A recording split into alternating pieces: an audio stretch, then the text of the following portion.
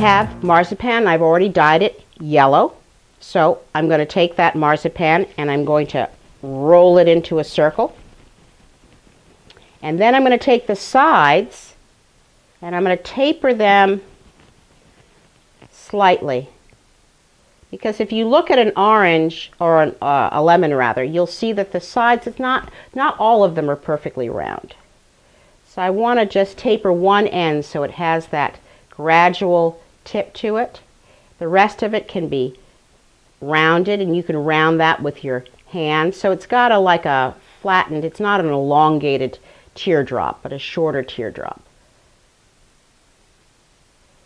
Now you can buy marzipan tools to use for shaping this way, but you can also use tools at home. You can use a wooden dowel. You can also use skewers. If you've made sugar paste flowers before, you can also use your ball tool, and these will help you give more shape to what you're doing. So I will just use it just like that, just to get a little line going there. And just as we did with the orange, we're going to give it some texture. So we're going to roll it again on top of a plastic covered grater or spice grinder or box grater to give it a texture.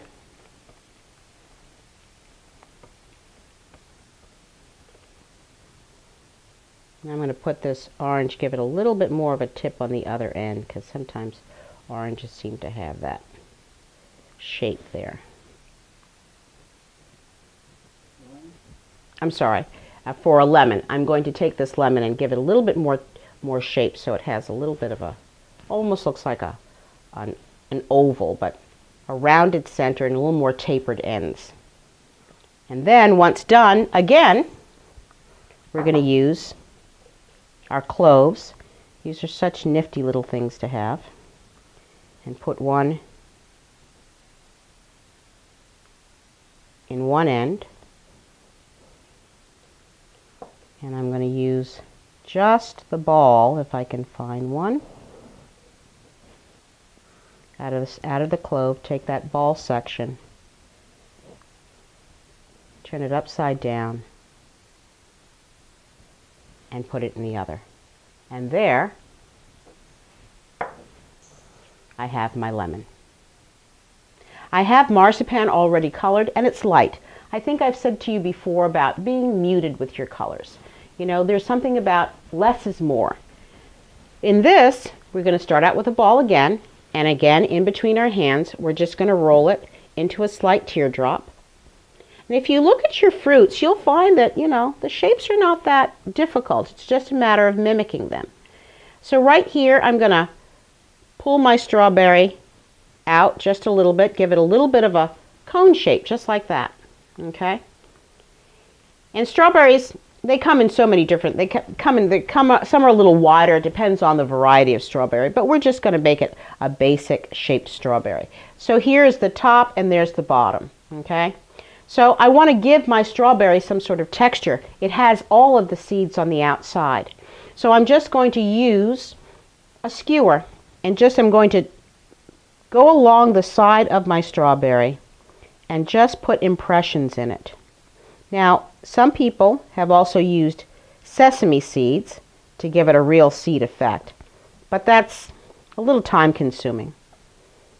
And here, we're just going to give a seed impression, and you can use the straight end of the skewer, or you can just use the round end of the skewer. It depends on what you want your strawberry to look like. You'll decide, and you'll do it accordingly. And I will put those impressions all the way down to the bottom, and I can be random about it. As long as those impressions are there, the eye is going to see it, and it's going to read strawberry. It's amazing what the mind will fill in. So I have my texture there on my strawberry. Just a little light impressions. And now I need to have a top for it.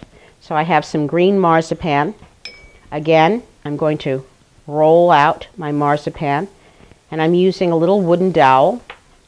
So this shows you that you don't have to have all those fancy tools in order to get something done.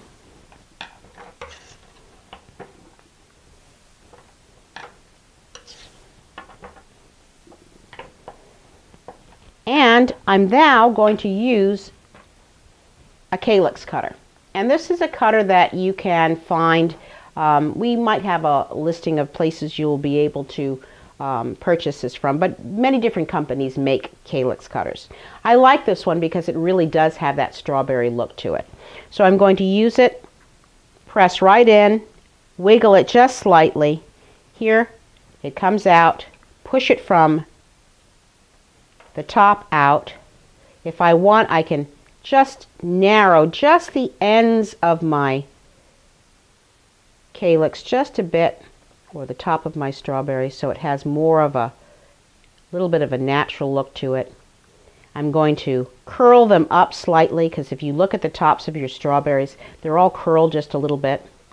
Now in this particular case, I would use a little water and just apply a little water, but right there, press it down, and there you have a strawberry. Now, I have already colored my paste, and I'm going to take just a small piece of it, roll it into a circle, and I'm going to roll it flat. It's really what I'm going to use to put my blueberries on. They're so individual and they're very cute, but they'll roll all over the place. So you really need to have something to hold them together. So I'm going to use this as a base, and that way you won't really be able to read the blueberry from the base. And I think, as you can see from all of the other fruits we've done, we're working on two basic shapes. Circle, teardrop, and then from the circle you go into an oval. So right there, there's my base.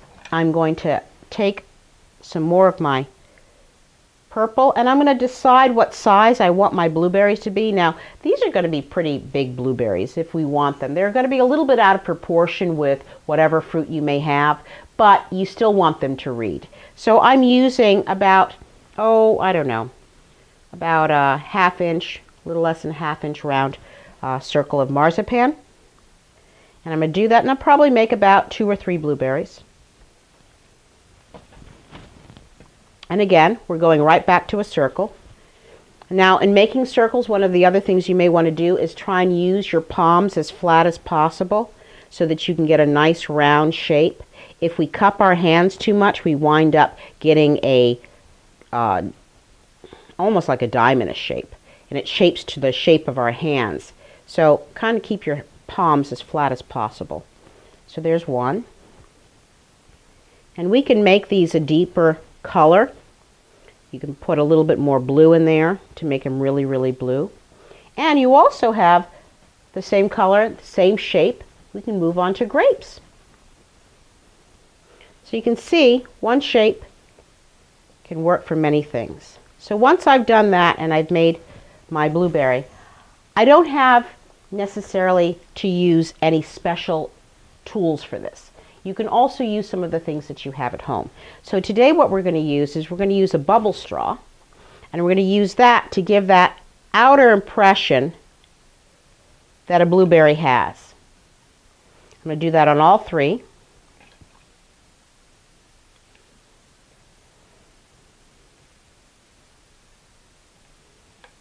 And then I can also, where did I put it? I can also use my skewer here to give that last little impression in the center of that blueberry.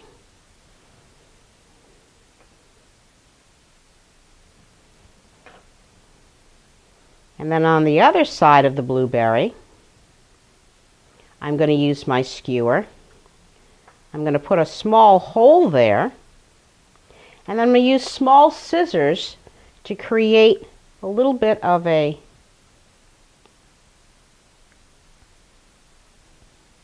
star shape. So if you look at the back of your blueberries, you'll see that there's a little bit of a star shape. I'm going to place that on my base. I'll make my star shape on all three.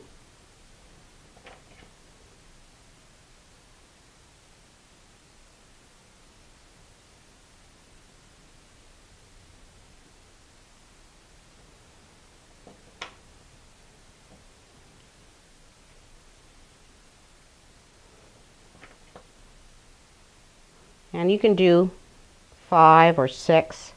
I don't think anybody will really be counting. But whatever you do, make sure it's consistent on all. And then I'll put my blueberries together. And the beauty of it is to make it so that you can see the fronts of the blueberry as well as the back. And then I can take a knife and I'm just going to trim around the blueberries so that it has a clean edge.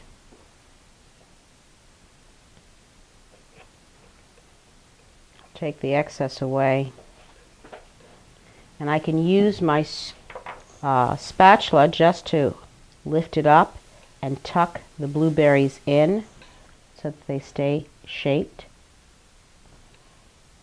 And then lift that up so that I'm able to move it around. So right there, we have blueberries. I hope you've learned something, and I hope to see you next time.